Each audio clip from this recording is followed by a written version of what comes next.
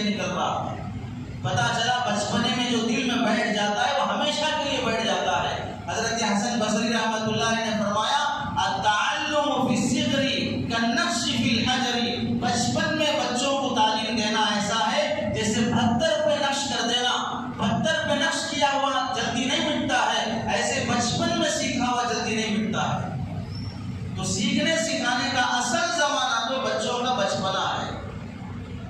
اب ہم دیکھیں بچے جو بچپنے میں ہمارا عام رواج کیا ہے کہ ہم بچوں کو سیکھنے سکھانے کے لیے کہاں پر چھوڑتے ہیں؟ سب سے زیادہ 98% مسلمانوں کا طریقہ ہے کہ اپنے بچوں کی تعلیم کی خاطر وہ اسکول میں داخلہ کراتے ہیں، ایڈمیشن کراتے ہیں. 98% لوگ اپنے بچوں کو اسکول میں چھوڑ رہے ہیں. 2% بچے جو تمہارے نزدیک کسی کام کے لائق نہیں رہتے، تم اپنے حساب سے انہیں سمجھتے ہو کہ یہ بچے دیوانہ ہے، زیادہ شریر ہے اور زیادہ اسکول نہیں پڑھ سکتا اور یہ ڈاکٹر انجینئر نہیں بن سکتا، ایسے بچوں کو لے جا کے مدرسے میں چھوڑتے ہیں. ایسے بچوں کو مدرسے کا رخ کراتے ہیں. چونکہ ہم 10 سال سے مدرسہ پڑھا رہے ہیں، ہم 10 سال سے مدرسہ پڑھا رہے ہیں اور 15 سال مدرسہ پڑھے ہیں، تو ہمیں معلوم ہے کہ زیادہ کون سے بچے وہاں پر آتے ہیں. کیوں لا کے چھوڑے؟ تمہارے وہاں بہت ستارا صاحب اس کو رکھ لے کہ تھوڑا سدھار دو، بہت پریشان کر رہا، بہت لڑائی جھگڑے کر رہا، رکھ لے کہ تھوڑا سدھار دو. پتا چلا تم عاجز آ کے اپنے بچوں کو سدھارنے سے تب جاتے ہیں مدرسے کا رخ کر کے. ہاں بعض بندے ایسے بھی ہیں جو خالص دین کی خاطر اپنے بچوں کو حافظ بنانے، عالم بنانے کی خاطر دین کا جذبہ رکھ کر بھی آتے ہیں، ان سے انکار نہیں، لیکن وہ کم ہیں. ایسے کم ہیں جو اس جذبے سے آتے ہیں. تو 98% جو لوگ اسکولوں میں پڑھ رہے ہیں، ان کی تعلیم کا نہج کیا ہے؟ لارڈ میکالے کا بنایا ہوا یہ ایجوکیشن اور نصاب ہے جو لارڈ میکالے نے بنایا ہے. جب ہندوستان سے ان کو یہاں سے بھگایا گیا تو اس وقت اس نے کہا تھا کہ اب ہندوستان کی زمین ہمارے ہاتھوں سے چلی گئی، لیکن ہندوستانیوں کے ذہن ہمارے ہاتھوں سے نہ جائیں، اس واسطے ایسا نصاب بنایا جائے، ایسی تعلیم ان کے لیے پڑھائی جائے کہ ہندوستانی ہندوستان میں ہونے کے باوجود بھی وہ امریکہ کے غلام بن کے جیے، وہ امریکن کے غلام بن کے جیے. چنانچہ انگریزی تعلیم پڑھنے والے جو خالص انگریزی تعلیم پڑھتے ہیں اور انہیں دین سے الف با تا کا بھی واسطہ نہیں رہتا ہے، ان لوگوں کے پورے ذہن انگریزوں کے ذہن ہوتے ہیں. یہ اسلام کے احکام پر اعتراض کرتے ہیں، اسلام پر عمل کرنا ان پر بہت بوجھ اور بھاری لگتا ہے. اپنے 98% بچے جو ہم اسکولوں میں چھوڑ رہے ہیں اس سے انکار نہیں ہے. اپنے بچوں کو اسکول پڑھاؤ، عصری تعلیم دو، انہیں آگے پڑھاؤ، اتنا آگے پڑھاؤ کہ اگر امریکہ کے لوگ ہندوستان آ کر یہاں کی یونیورسٹیوں سے پڑھ کر یہاں کی ڈگریوں پہ فخر کرنے لگے، تمہارے پاس آ کر بیٹھ کر تمہاری سائن اور دستخط لینے پر وہ لوگ فخر کرنے لگے، اتنا اپنے بچوں کو آگے بڑھاؤ. تمہیں آکسفورڈ جانے کی ضرورت نہیں ہے، تمہیں لنڈن کی یونیورسٹی کی ڈگری حاصل کرنے کی ضرورت نہیں ہے. تم اپنے ملک کو، اپنے ہندوستان کو اتنا آگے بڑھاؤ کہ وہاں کے لوگ یہاں آ کے پڑھنا شروع کریں. ہم اس سے منع نہیں کرتے ہیں، لیکن ان 98% بچوں کو اپنا ڈاکٹر، انجینئر، لائر، وکیل، جج، سب پائلٹ، سب کچھ بنانے سے پہلے اسے سب سے پہلے مسلمان بناؤ، اسے سب سے پہلے اپنی اولاد بناؤ، اسے ماں باپ کی قدر کرنا سکھاؤ، اسے اللہ اور اس کے رسول کو جاننا سکھاؤ. اگر کسی آدمی نے 3 باتوں کو نہیں جانا، وہ سمجھ لے کہ کچھ بھی جانا ہے پھر بھی وہ جاہل ہے. اسے نہیں معلوم کہ اسے بنانے والا اللہ کون ہے، اسے نہیں معلوم کہ اسے بنانے والا اللہ اس سے کیا چاہتا ہے، اسے نہیں معلوم کہ اس کے مرنے کے بعد اللہ اس کے ساتھ کیا معاملہ کرے گا. یہ 3 باتیں نہیں جانتا ہے تو کتنا بھی بڑا گریجویٹ ہو وہ جاہل ہے، وہ ان پڑھ اور انگوٹھا چھاپ ہے. کہ تجھے اپنے پیدا کرنے والے کا نہیں معلوم، نام نہیں معلوم ہے، اس کی ذات کا تجھے علم نہیں ہے. ایک معمولی سی گاڑی بھی اگر کسی کمپنی کی بنتی ہے تو اس پر اس کمپنی کا نام اور لوگو اس پر رہتا ہے کہ فلاں کمپنی کی بنی ہوئی گاڑی ہے، اور تم سب اللہ کی مخلوق ہو اور تمہیں اپنے اللہ کے اللہ ہونے کا پتہ نہیں ہے. تو کتنی بڑی جہالت سے انسان زندگی گزار رہا ہے. ان 98% بچوں کو ہم یہ نہیں کہتے کہ 98% کو نکالو اب اللہ کی پہچان کرانے کے لیے سب کو مدرسوں میں داخل کر دو. ہم یہ نہیں کہتے. مدرسوں سے زیادہ مدرسوں کی جہاں پر ضرورت ہے اور بالکل ضرورت ہے، اس سے انکار نہیں ہے، بڑے بڑے مدرسوں کی ضرورت ہے، چھوٹے مدرسوں کی ضرورت ہے، اس سے بھی زیادہ اسلامک اسکولوں کی ضرورت ہے. مسلمان اسکول قائم کریں، اسلامک نہج پر اسلامی ماحول میں اسکول قائم کیا جائے۔ یہ قوم جس کے پاس پیسہ نہ ہونے کی شکایتیں زیادہ ہیں اور ان کے پاس پیسہ ہے زیادہ، فضول خرچی اور آوارہ گردی میں خرچ کرتے ہیں، BMW میں اور بڑی بڑی گاڑیوں میں، بڑی بڑی کاروں میں اپنی بیٹیوں کو بٹھا کر، اپنے بچوں کو بٹھا کر یہاں سے 25 کلومیٹر کی کالج میں بھیج رہا ہے، خود ایک چھوٹی سی اسکول اپنے محلے میں کھولنے کے لیے تیار نہیں ہے۔ لاکھوں روپے خرچ کریں گے جلسوں کے نام پہ، دینی اجتماعات کے نام پہ، جوڑ جلسوں کے نام پہ، فلاں فلاں کے نام پہ، اصلاح معاشرہ کا جلسہ، فلاں جلسہ، فلاں جلسہ، فلاں تنظیم، فلاں تاریخ۔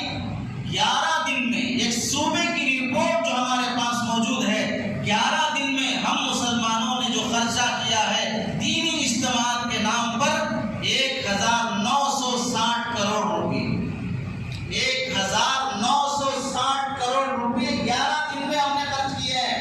اور اس قوم کے پاس ایک بھی ایسی کالج اور یونیورسٹی نہیں ہے جس میں ہماری مسلمان لڑکیاں پردے کے ساتھ پڑھ سکیں، ایک بھی ایسی اسکول نہیں ہے جس میں ہمارے مسلمان لڑکوں کے لیے الگ، لڑکیوں کے لیے الگ تعلیم کا نصب ہو، اور 11 دن میں 1960 کروڑ روپے خرچ کر رہی ہے قوم۔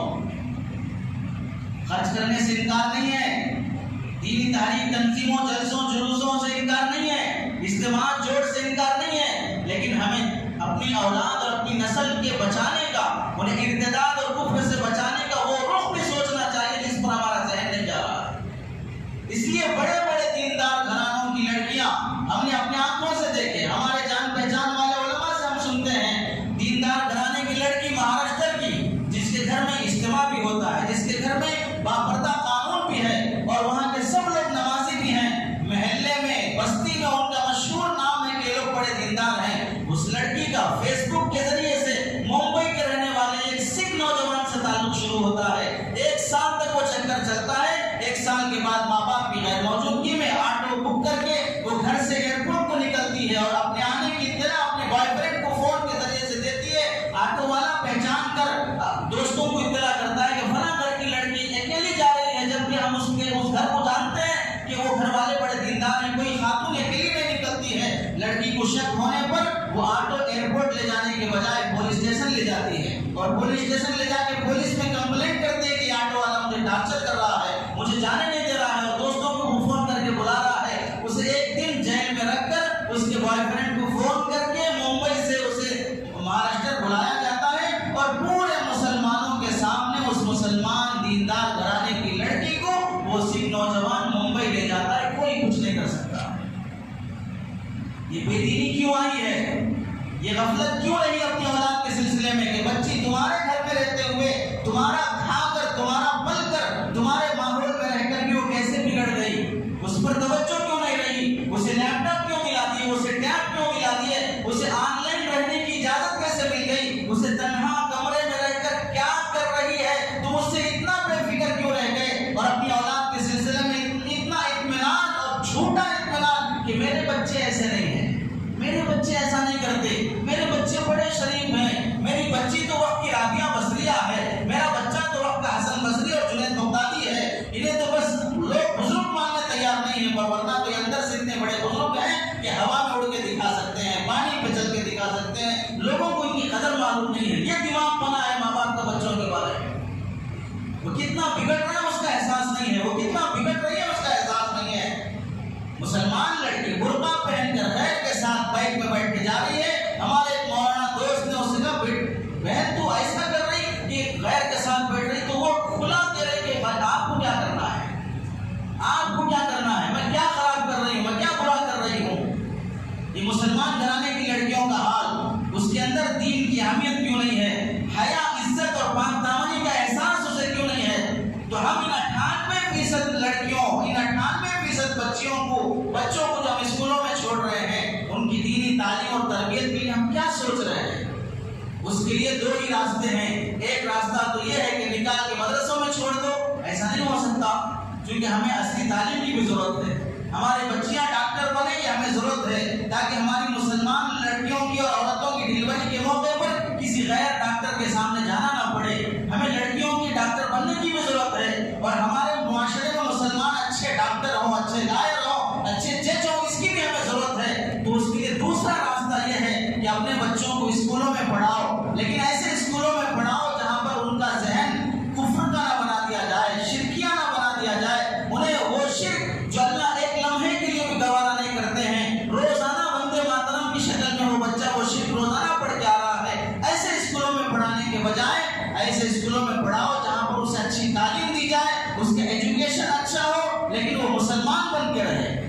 کے ساتھ دوسرا کام کرنے کا کہ ان بچوں کے صبح شام مکتب کی فکر کی جائے. بچوں کو اسکول پڑھاؤ، 100% پڑھانا چاہے پڑھاؤ. اللہ پیدا کر لیں گے اپنے دین کی حفاظت کی خاطر ایسے جذبہ رکھنے والے اور اپنے دین کی حفاظت کے لیے اپنی جان مال لٹانے والے، وقت فارغ کرنے والے مل جائیں گے. اللہ پیدا کر دیں گے. تم جتنے بچوں کو پڑھانا چاہے اسکول پڑھاؤ، لیکن ان کی دین کی خاطر مکتب کا نظام شروع کرو. یہ مکتب دیکھنے میں بظاہر چھوٹے لگتے ہیں، مسجدوں میں بیٹھ کے پڑھتے ہیں، پڑھانے والا استاذ معمولی رہتا ہے، چھوٹی چھوٹی تپائیاں، پھٹے پرانے کپڑے، لیکن یاد رکھو یہی وہ مکتب ہیں جن کے ذریعے سے مسجد کو مصلی ملتے ہیں، جن کے ذریعے سے مدارس کو طلبہ ملتے ہیں، جن کے ذریعے سے مسلمان معاشرہ بنتا ہے، جن کے ذریعے سے ماں باپ کو ایک نئی اولاد ملتی ہے، جن کے ذریعے سے معاشرے میں ارتداد کی ہوائیں ختم ہوتی ہیں، دینی مزاج پیدا ہوتا ہے. لوگ بچے فتنوں میں مبتلا ہو کر شکیل بن حنیف کے ماننے والے، قادیانی بننے والے، عیسائیت قبول کرنے والے، ان سب سے بچے رہتے ہیں ان مکتب کی برکتوں سے. مکتب کی تعلیم کو معمولی مت سمجھو. کوئی گھر، کوئی گلی، کوئی مسجد ایسی خالی نہیں ہونا چاہیے جس میں مکتب نہ چلتا ہو. مسجد کے بہت سے مسجد کے کمیٹیوں کو، ذمہ داروں کو مسجد کی توسیع کی فکر ہے، مسجد کے نام پر ملکیاں، مسجد کے نام پر بڑی بڑی زمینیں خریدنے کی فکر ہے، میناریں توڑ کر نئے مینار بنانے کی فکر ہے، مسجد کو توڑ کر نئی مسجد بنانے کی فکر ہے، لیکن اس مسجد میں مکتب قائم کرنے کی فکر نہیں ہے. تو پھر سمجھ لو وہ مسجد بانجھ بن کے جی رہی ہے. اس مسجد کے ذمہ دار اس مسجد کو بانجھ بنا کے رکھنا چاہتے ہیں. کوئی مسجد، کوئی گلی مکتب سے خالی ہو، ہرگز اس کی اجازت نہیں. اگر کہیں مکتب چل پڑا، شروع ہو گیا، اگر کسی کی ٹانگ گڑانے کی وجہ سے، کسی کی چال بازی، مکاری، عیاری کی وجہ سے وہ مکتب بند ہو گیا، تو سمجھ لے کہ نسلوں کو بے دین کرنے کا وہ سبب اور ذریعہ بن رہا ہے. اس کی جان چلی جانا آسان ہے مکتب بند ہونے کے مقابلے میں. وہ ایک مر جائے گا تو مر جائے گا، لیکن ایک نسل برباد ہو جائے گی مکتب بند ہو جانے سے. آج 25 سال، 30 سال، 40 سال کی عمر میں دعوت و تبلیغ کے ہمارے ساتھی تھوڑی پکڑ کر، منا کے، کھگا کے ان کی گلیوں دروازوں پہ جا کے منتیں سماجتیں کر کے اللہ کے راستے میں لے جانا پڑ رہا ہے. اور 40 سال میں اس کی سورہ فاتحہ صحیح ہو رہی ہے، 40 سال میں اس کی نمازیں صحیح ہو رہی ہیں. پاگلوں، یہ تو وقت ہوا تھا کہ اسے 4 سال کی عمر میں سورہ فاتحہ سکھا دیتے، اسے 5 سال کی عمر میں اس کی نماز صحیح کرا دی جاتی. وہ وقت تھا تم 4-5 سال کی عمر میں اسے مکتب بھیج کر قرآن، تعلیم، دین کا علم سکھانے کے بجائے اسے اسکولوں کے ایسے حوالے کر دیے کہ اب 30 سال کی عمر میں اس کا سورہ فاتحہ صحیح نہیں ہو پا رہا ہے. 40 سال کی عمر میں اسے نماز کے پاکی کے بنیادی معلومات حاصل نہیں ہے. بہت سی بستیاں، بہت سے گاؤں دیہات ایسے ہیں، پورے گاؤں میں کوئی ایک خاتون بھی تجوید کے ساتھ قرآن پڑھنے کی صلاحیتیں رکھتی ہے. پورے گاؤں میں کوئی ایک خاتون بھی پاکی ناپاکی کے مسائل نہیں جانتی ہے. کوئی اپنے گھر کی بچیوں کو، اڑوس پڑوس کے بچوں کو قرآن کی تعلیم نہیں دے سکتی ہے. پورا گاؤں ایسا موجود ہے. بنگلور جیسا بڑا شہر، جب ہم وہاں پڑھتے تو ہم نے دیکھا، یہ صاحب سنا رہے تھے کہ ہم جب رات میں بیوی سے فارغ ہونے کے بعد فجر کی نماز پڑھنے کے لیے مسجد آئے، سردی کا موسم ہے، جلدی سے نہا دھو کر مسجد آئے، نماز پڑھ کے فارغ ہو کے پھر جلدی گھر پہنچ گئے. تو دیکھا جب گھر سے نکلے تھے تو خاتون سو رہی تھی، اور جب نماز پڑھ کے گھر واپس آئے تو نہ وہ خاتون مصلی پہ بیٹھ کے ذکر کر رہی ہے. ان کو تعجب ہوا کہ میں سردی کی وجہ سے جلدی نہا کر چلا گیا اور 2 رکعت نماز پڑھ کے فارغ ہو کے آ گیا. میں جا رہا تھا تو بیگم سو رہی تھی، اور جب واپس آیا تو نہا لی، نماز بھی پڑھ لی اور ذکر میں بیٹھی ہے. اتنا جلدی کیسے فارغ ہو گئی؟ تو میں نے پوچھا بیگم تم نے کب نہا لیا؟ تو کہہ رہے نہانے کی کیا ضرورت ہے، نہانے کی کیا ضرورت ہے، غسل کی کیا ضرورت ہے؟ اگر میں کسی غیر مرد سے ملتی تو پھر نہانے کی ضرورت ہے، اپنے مرد سے ملنے سے نہانے کی کیا ضرورت ہے؟ 40 سال کی عمر ہو گئی، اسے غسل اور پاکی ناپاکی کا مسئلہ معلوم نہیں ہے. یہ بستیوں کا حال ہے. اگر مکتب کی تعلیم، لڑکیوں کا مکتب، خواتین کا مکتب، کہ پڑھانے والی خاتون ہو یا پڑھانے والا استاذ پردے کے ساتھ پڑھا رہا ہو، انہیں پاکی ناپاکی کے مسائل بتائے جائیں، عقائد، بنیادی عقیدے، کہ اگر انہیں نہ جانا جائے گا تو آدمی کافر ہو جائے گا، مسلمان کفر کے دہانے پہ پہنچ جائے گا. ایسی تعلیم دینا ہر گلی میں، ہر مسجد میں مکتب کا قائم ہونا ضروری ہے. یہی وہ مکاتب ہیں جن کے ذریعے سے ہماری نسل نو کو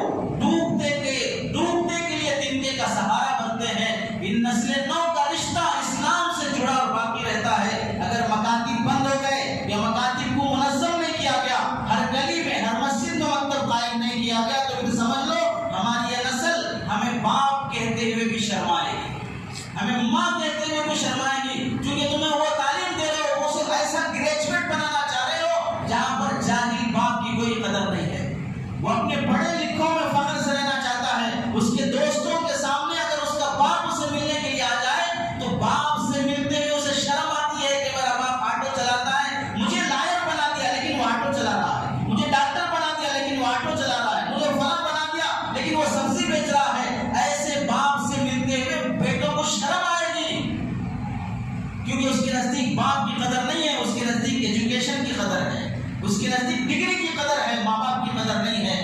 اگر باپ ملنے کے لیے بھی آ جائے، ہم نے ایسا بھی دیکھا ہے، سنا ہے، ہمارے استاد نے سنایا، باپ مزدور ہے اور بیٹے کو پڑھا لکھا کے اتنا بڑا کر دیا کہ وہ امریکہ میں جاب کرنے لگا۔ ایک وقت واپس آیا، دوست ملنے لگے، میٹنگ چل رہی ہے، باپ اچانک پہنچ گیا ملنے کے لیے، تو بیٹے سے جب پکارا نام لے کر، تو دوستوں نے پوچھا کون ہے، تو باپ بیٹا کہنے لگا ہمارے گھر میں کام کرنے والے صاحب، ہمارے گھر میں کام کرنے والے صاحب ہیں۔ باپ کے بارے میں کہہ رہا ہے، جس باپ نے مزدوری کر کے اسے اتنا پڑھایا کہ وہ امریکہ میں جاب کر رہا ہے، لیکن اسے رشتوں کی قدر نہیں سکھایا، بڑوں کی قدر نہیں سکھایا۔ یہ تبھی ہوگا جب کہ ہم اپنے بچوں کو بچپن ہی سے مکتب بھیجنے کا اہتمام کریں، اور مکتب میں انہیں وہ تعلیم دیں جس میں ماں باپ کی قدر سکھائی جاتی ہے، رشتوں کا احترام کرنا سکھایا جاتا ہے۔ اس واسطے ہر گلی ہر مسجد میں مکتب کا قیام ضروری ہے۔ لازم کر لو اپنے ذمے کہ میرے گھر میں جتنے بھی بچے ہوں گے، ہم انہیں مدرسہ نہیں بھیج سکتے۔ اگر تم بچپن ہی سے مدرسہ بھیج دو گے تو پھر تمہارے بچے انگریزی تعلیم سے محروم رہیں گے، یہ بھی بڑا نقصان ہے، یہ بھی بڑا نقصان ہے۔ بچوں کو انگریزی تعلیم دینا بھی ضروری ہے، دینی تعلیم دینا بھی ضروری ہے۔ بچپن ہی سے اٹھا کر مدرسے میں ڈال دو گے اور انہیں انگریزی بات کرنا نہیں آیا، انگریزی لکھنا پڑھنا نہیں آیا، تو پھر کل کے دن وہ میدان میں نہیں چل سکتا، آنے والے فتنوں کا اس کی زبان میں مقابلہ نہیں کر سکتا۔ اس واسطے تعلیم انگریزی دو، لیکن اسے مکتب میں پڑھاؤ، صبح میں شام میں جہاں بھی مکتب چل رہا ہو وہاں کی تعلیم دو، تب جا کے بچے بڑے ہونے کے بعد بھی اپنی تعلیم کے ساتھ ساتھ دین پر 100% چل سکتے ہیں۔ مسلمان بن کر جینے اور مسلمان بن کر مرنے پر انہیں فخر ہوگا۔ طیب اردوغان کو دیکھ لو، ترکی کو دیکھ لو، کیسے وہ سپر پاور بنتا جا رہا ہے، اللہ اسے اور ترقی دے۔ وہ طیب اردوغان بھی ایک مکتب کا پڑھا ہوا نوجوان ہے، وہ طیب اردوغان بھی اپنے استاذ کے پاس پڑھا ہوا حافظ قرآن ہے، جسے اللہ نے بڑا مقام عطا کیا، اور اپنے ملک میں بڑی سلیقے کے ساتھ وہ ملک کو اسلام کی طرف لے جا رہا ہے۔ مکتب کی تعلیم سے آدمی جاہل بن کے رہے گا، یہ بات نہیں ہے۔ مکتب کی تعلیم سے انسان بننا سیکھتا ہے، اسے بڑوں کی قدر آتی ہے۔ حضرت امام شافعی رحمۃ اللہ علیہ کو دیکھو، امام شافعی رحمۃ اللہ علیہ 7 سال کی عمر میں قرآن مجید کے حافظ بھی بن گئے، اور حافظ مکتب میں بنے، حافظ بھی بن گئے، اور خود فرماتے ہیں کہ مجھے 7-8 سال کی عمر میں قرآن مجید معانی اور مفاہیم کے ساتھ پڑھنا اور سننا آتا تھا۔ کوئی قرآن پڑھتا تو مجھے اس کا مطلب سمجھ میں آ جاتا تھا 7 سال کی عمر میں، اور 10 سال کی عمر میں موطا مالک کو یاد کر لیا۔ حدیث کی کتاب ہے موطا مالک، مکے میں پیدا ہوئے، مکے کے مکتب میں حافظ بنے، اور مدینے میں امام مالک رحمۃ اللہ علیہ کے پاس آ کر موطا پڑھی، اور 10 سال کی عمر میں موطا مالک یاد کر لی۔ امام بخاری رحمۃ اللہ علیہ اصح الحدیث، اصح الکتاب بعد کتاب اللہ، اللہ کی کتاب کے بعد سب سے صحیح کتاب اگر زمین پر ہے تو وہ بخاری شریف ہے۔ اس کتاب کے مصنف امام بخاری رحمۃ اللہ علیہ محمد بن اسماعیل فرماتے 10 سال کی عمر میں حافظ قرآن بن گیا، 10 سال کی عمر میں حافظ قرآن بن گیا، اور مکتب کی تعلیم میں پڑھتا رہا۔ اسی مکتب کی تعلیم کے دوران اللہ نے مجھے الہام کیا کہ میں حدیث کے لیے فارغ ہوتا ہوں، تو میں مکتب چھوڑ کر حدیث کا علم سیکھنے کے لیے نکلا، اور اللہ نے اسے ایسا محدث بنایا کہ امیر المؤمنین فی الحدیث کا مقام عطا کیا، کہ سارے محدثین میں بڑا مقام رکھنے والے۔ حضرت امام احمد بن حنبل رحمۃ اللہ علیہ فرماتے ہیں میں مکتب پڑھنے کے لیے جاتا تھا، میری ماں مجھے مکتب پڑھنے کے لیے لے جا کے چھوڑی، مکتب میں اتنا پڑھنا لکھنا سیکھ گیا کہ محلے کی عورتیں بلا کر مجھے اپنے تجارت پر، سفر پر، جہاد پر رہے شوہر کے لیے خط لکھنے کے لیے عورتیں مجھے بلاتی تھی۔ میں چھوٹا بچہ تھا، عورتوں کے گھر جا کر خط لکھ کے آتا تھا، خط آتا تو ان کے خط کا جواب لکھ کے آتا تھا، ہے چھوٹی عمر لیکن خط لکھ رہا ہوں، مکتب کا بچہ ہے۔ علامہ ابن تیمیہ رحمۃ اللہ علیہ کے متعلق ان کے شاگرد فرماتے ہیں کہ میرے استاذ نے مکتب میں قرآن حفظ کیا، مکتب میں حساب ڈالنا سیکھا، مکتب کے اندر لکھنا پڑھنا سب کچھ مکتب میں سیکھا ہے۔ یہ بڑے بڑے مشائخ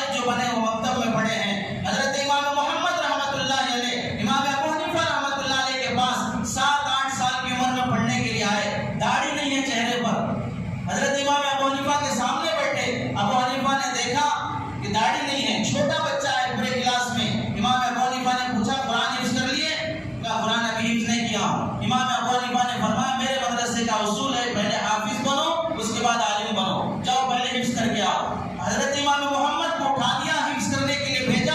1 ہفتے کے بعد 7 دن کے بعد امام محمد آئے اور کہا کہ حافظ بن گیا۔ امام ابو حنیفہ نے پوچھا پڑھو فلاں جگہ سے، پڑھو فلاں جگہ سے، جہاں سے پوچھتے وہاں سے پڑھ کے سنا دیتے۔ 7 دن میں قرآن مجید حفظ کر لیے اور امام ابو حنیفہ کے پاس بیٹھ کر پڑھا اور وقت کا وہ عالم بنا، وقت کا وہ عالم بنا کہ ان کی ایک کتاب ہے کتاب المبسوط کے نام سے۔ جب وہ کتاب سیرت اور فقہ پر لکھی اور ایک یہودی نے وہ کتاب پڑھ کر دیکھا تو اس نے کہا ہذا کتاب محمدکم الاصغر فکیف کتاب محمدکم الاکبر، یہ تمہارے چھوٹے محمد کی کتاب کا عالم ہے تو تمہارے بڑے محمد کی کتاب کا کیا عالم ہوگا؟ اور یہ کہہ کر وہ مسلمان ہو گیا۔ یہ مکتب کی کرامت ہے کہ بچہ مکتب میں پڑھتا ہے تو دین کا اتنا بڑا رہنما اور قائد بنتا ہے۔ اور اس وقت کے بادشاہوں کا حال دیکھو، امام خلیفہ مہدی اس زمانے کا بادشاہ، خلیفہ مہدی اس زمانے کا بادشاہ اپنے شہزادے کو پڑھنے کے لیے، شہزادے کا نام ابراہیم ہے، اس نے اپنے شہزادے کو پڑھنے کے لیے مکتب بھیجا۔ مکتب میں استاذ نے سورۃ البلد یاد کرایا، لا اقسم بہذا البلد، سورۃ البلد یاد کرا دیا۔ جب وہ سورہ یاد کر کے شہزادے نے اپنے باپ بادشاہ کو وہ سورہ پڑھ کر سنایا، باپ اپنے بچے کے وہ سورہ یاد کر لینے پر اتنا خوش ہوا، 1 لاکھ درہم غریبوں میں صدقہ کیا اور 500 غلام آزاد کیا کہ میرا بچہ سورۃ البلد یاد کر لیا ہے۔ امام ابو حنیفہ رحمۃ اللہ علیہ اپنے بیٹے حماد کو، استاذ کے نام پر نام رکھے تھے محبت میں، اپنے بیٹے حماد کو لے جا کے استاد مکتب میں چھوڑا پڑھنے کے لیے۔ امام محمد کا، امام ابو حنیفہ کا بیٹا سورہ فاتحہ یاد کر کے آیا، امام ابو حنیفہ نے سنا تو اتنا خوش ہوئے، استاذ کو گلے لگایا اور 500 درہم چاندی کے سکے ان کے پاس رکھے ہوئے تھے، اٹھا کے استاذ کو ہدیہ کیا کہ استاد محترم میرے پاس اتنا ہی ہے، یہ ہدیہ قبول کر لیجیے، اور بھی ہوتا تو میں اور بھی آپ کو نوازتا۔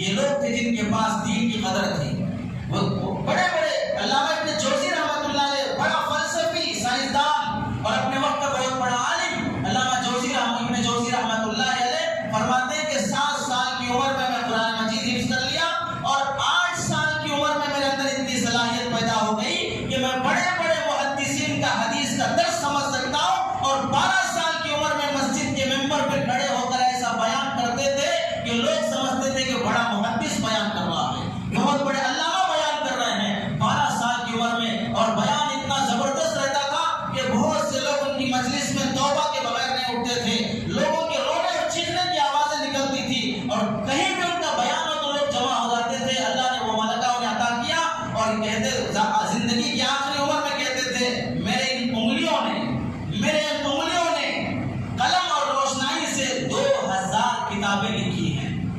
2000 کتابیں میری ان انگلیوں نے لکھی ہیں۔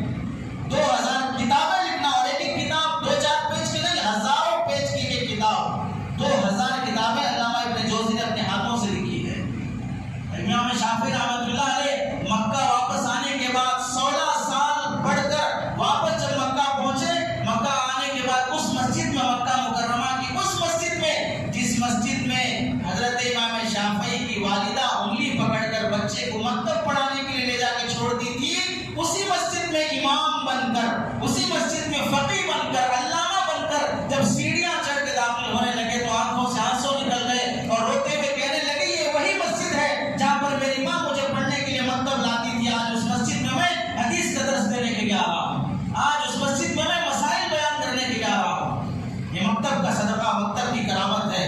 اس واسطے مکتب کی حضرت الیاس صاحب رحمۃ اللہ علیہ دعوت و تبلیغ کے 5 ذمہ دار، وہ فرماتے ہیں میوات والوں سے میں تمہارے 100 مکتب کا خرچہ برداشت کرنے کے لیے تیار ہوں، تم مجھے بچوں کو دے دو، میں 100 مکتبوں کا خرچہ برداشت کروں گا۔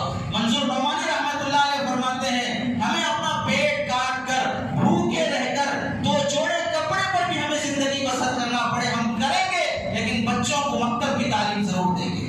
مکتب کی تعلیم گوارا ہے،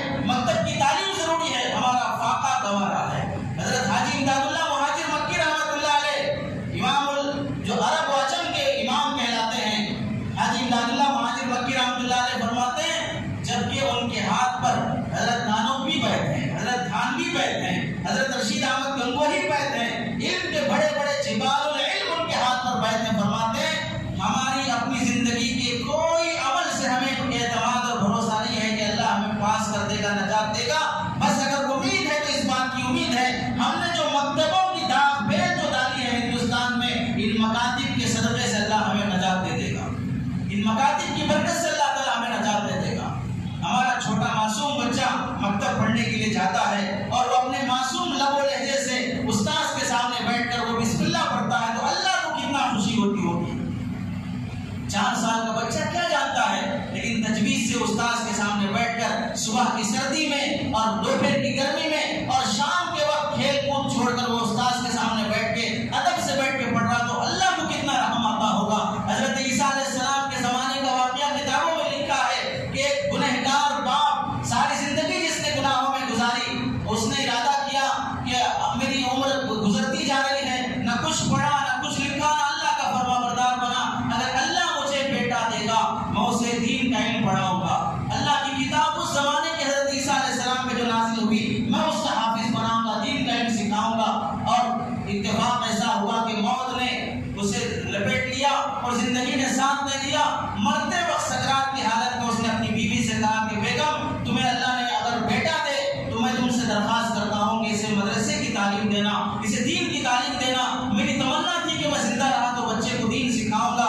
یہ کہہ کہ اس کا انتقال ہو گیا، عمل اس کی گناہوں کا تھا، زندگی گناہوں پہ گزری اور انتقال کے بعد قبر کا عذاب شروع ہو گیا اور قبر میں سزا ملنا شروع ہو گئی۔ لیکن 3-4 سال کے بعد جب ماں نے، اس بیوی نے اپنے شوہر کی وصیت پر بیٹے کو لے جا کے مکتب میں چھوڑی اور مکتب میں جب اس معصوم بچے نے بسم اللہ الرحمن الرحیم پڑھا تو اللہ نے وہاں فرشتوں کو حکم دیا کہ اس باپ پر عذاب ختم کر دیا جائے، اس باپ پر عذاب ختم کر دیا جائے۔ فرشتوں نے پوچھا کیا بات ہے، کون سا عمل؟ تو اللہ نے فرمایا مجھے شرم آتی ہے کہ اس کا بیٹا زمین پر میرا نام لے اور اس کے باپ کو یہاں پر عذاب دے۔ اللہ بڑے رحیم ہے، اپنی اولاد کو ذخیرہ آخرت بناؤ، آخرت کی پونجی بناؤ، آخرت کا ذریعہ بناؤ۔ انگریزی تعلیم سے انکار نہیں، ہم تو یہ کہتے ہیں ہم اسکول پڑھاؤ، انگریزی تعلیم پڑھاؤ، لیکن مکتب کی فکر، بچوں کو صبح شام مکتب کی تعلیم دی جائے، اس کے ذریعے سے ہمارے بچوں کا دین محفوظ رہے گا۔ اور دیکھو یہ تو گزرے ہوئے زمانوں کی بات ہے، حال کی بات ہے۔ حضرت مولانا سجاد صاحب نعمانی دامت برکاتہ فرماتے ہیں گجرات میں جب سیلاب آیا تو ہم وہاں پر رفائی فنڈ لے کر گئے مدد کرنے کے لیے، تو ایک بستی میں داخل ہوئے تو دیکھا وہاں پر بستی میں پہلے سے اسٹیج لگا ہے اور عیسائی لوگ آ کے کپڑے کھانا وغیرہ تقسیم کر رہے ہیں۔ ہم کھڑے کھڑے دیکھ رہے تھے، اتفاق سے ایک بچہ اسٹیج پہ کھانا کپڑے لینے کے لیے آیا اور کوئی عیسائی اس کی کان میں کچھ بات کہا، وہ پورا پیکیج اس نے وہیں پر پھینک دیا اور اسٹیج سے خالی ہاتھ اتر گیا۔ ہم اس بچے کو قریب بلایا اور اسے پوچھا تمہیں بھوک نہیں ہے، تمہیں کپڑوں کی ضرورت نہیں ہے، کیوں یہ کھانا اور کپڑے انکار کر کے آ رہے ہو؟ تو وہ کہنے لگا 10-12 سال کا بچہ، 10-12 سال کا بچہ 2 دن سے بھوکا ہوں، میری ماں میرا باپ میری بہن سب سیلاب میں مر گئے ہیں، جسم پہ جو کپڑا موجود ہے اس کے علاوہ کوئی ڈریس میرے پاس موجود نہیں ہے، 2 دن سے بھوکا، کوئی لباس نہیں، اور آپ پوچھ رہے ہیں کہ کھانے کی ضرورت نہیں ہے، آپ پوچھ رہے ہیں کپڑے کی ضرورت نہیں ہے۔ تو حضرت نے پوچھا پھر کیوں تم نے انکار کر دیا؟ تو وہ معصوم بچہ کہنے لگا کہ دراصل بات یہ کہ اس نے مجھے کان میں کہا کہ بیٹا کہو کہ یہ کپڑے یہ کھانا مجھے عیسیٰ مسیح دے رہے ہیں، یہ کھانا یہ کپڑے مجھے عیسیٰ مسیح دے رہے ہیں۔ تو میں نے فوراً پھینک دیا اور کہا کہ مجھے نہیں چاہیے اور خالی ہاتھ واپس آ گیا۔ مجھے بھوکا مرنا گوارا ہے لیکن میں یہ نہیں کہوں گا عیسیٰ مسیح دے رہے ہیں، اللہ دے رہا ہے۔ ہم نے پوچھا بیٹا تجھے کس نے سکھایا؟ تو اس نے کہا کہ مکتب میں میرے استاد نے مجھے بتایا تھا، مکتب میں میرے استاد نے مجھے بتایا تھا کہ جو دیتا ہے وہ اللہ دیتا ہے، اس کے ایمان کی حفاظت اللہ نے مکتب کے ذریعے سے کی ہے۔ ایسے موقع پر جب کہ سیلاب ہے، ماں بھائی بہن سب مر گئے، 2 دن کا بھوکا، اگر اسے کفر بھی پکا کر کھانا کھلا دیا جائے تو کھانے کے لیے تیار ہو جائے گا۔ ہماری مسلمان عورتیں مندروں کو جا رہی 200 روپے کی خاطر، چرچوں میں جا رہی اتوار کو 500 روپے کی خاطر اور کفر پر کے آ رہی ہیں، اور اس بچے کا ایمان دیکھو مکتب کی برکت سے کہ وہ اس واقعے کے عالم میں بھی کفر کا کلمہ بولنے کے لیے تیار نہیں ہوا ہے۔ مکتب میں استاد نے سکھایا اور نماز کی ڈائری دے دی، مینڈن نماز کی، جہاں نماز پڑھو وہاں کی امام سے دستخط کرا کے لاؤ۔ تو بچی کے ہاتھ میں بھی ڈائری دی گئی کہ گھر میں نماز پڑھتی ہو تو گھر میں اپنی امی کے ہاتھ دستخط کرا کے لاؤ کہ میں نماز پڑھی ہوں، تاکہ تمہارے لیے نماز کی پابندی ہو سکے۔ طیب اردگان نے اپنے ملک میں ترغیبی کام شروع کیا تھا کہ جو بچہ اتنے دنوں تک فجر کی نماز پابندی سے پڑھے گا تو اسے ایک سائیکل انعام میں دی جائے گی، اور جو اتنے سال پابندی سے پڑھے گا اسے فلاں نوکری دی جائے گی۔ ایسے ترغیبوں کے ذریعے سے اس نے لوگوں کو اسلام پر آمادہ کیا ہے، ورنہ تو وہ ملک پورے کفر پر چل رہا تھا، وہ پورے کفر پر چل رہا تھا۔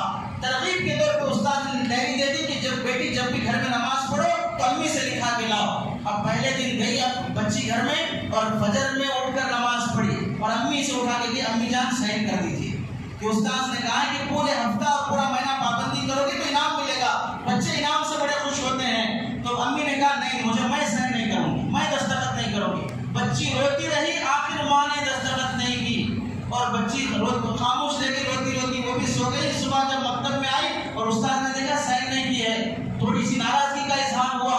دوسرے دن جب پھر نماز پڑھی اور امی سے کہا کہ آج لکھا کے لانا، تو امی سے کہا امی جان سائن کر دیجیے۔ آج امی نے سائن کر دیا اور اس کے بعد استاد سے کہلا بھیجا کل تک میں نماز نہیں پڑھتی تھی اور جب میری بچی اٹھ کر نماز پڑھنے لگی تو مجھے شرم آئی۔ بچی نماز پڑھ رہی ہے اور میں اس کی نماز پہ دستخط کر رہی ہوں جبکہ میں بے نمازی ہوں، مجھے شرم آ کر کل سے نماز شروع کروں گی اور سائن بھی کروں گی۔ اس مکتب کی بچی کی تعلیم کی وجہ سے ماں نمازی بن گئی ہے، بچوں کے اندر دین کا سلیقہ آیا ہے۔ اس واسطے بزرگوں، ہر مسجد میں مکتب کا اہتمام ہو، ہر گلی میں مکتب کا اہتمام ہو۔ پوری بستی میں دیکھ لو کتنے کرانہ شاپ ہیں، کتنے جوس کی دکانیں ہیں، ہر جوس کی دکان ضروری ہے، ہر کرانہ شاپ ضروری ہے۔ تمہیں وہاں سے سودا خریدنا ہے، تمہیں وہاں سے اپنے گھر کا سامان خریدنا ہے۔ تم دیکھو تمہارے بستی میں کتنے مستورات کے استعمال ہوتے ہیں، کتنے مکتب چلتے ہیں، کتنی مستورات پوری بستی میں ہیں۔ ان کی تربیت کا، ان کے دینی ماحول کا کیا نظام بستی میں قائم کیا گیا ہے۔ چاول کی ضرورت ہے، تیل کی ضرورت ہے، تمہاری بیوی بچوں کو کیا دینی تعلیم کی ضرورت نہیں ہے جس کے ذریعے سے انہیں اللہ اور اس کے رسول کی پہچان ہو، خبر میں انہیں فرشتوں کے سامنے سوال جواب دینے کی انہیں طاقت ہو۔ ہم اپنی بیویوں کے لیے، اپنی بیٹیوں اور بہنوں کے لیے کون سے استعمال کر رہے ہیں؟ پوری بستی میں فلاں امیر صاحب کے گھر میں اجتماع ہو رہا ہے، ہفتے میں ایک بار، مہینے میں ایک بار، کیا وہ کافی ہے؟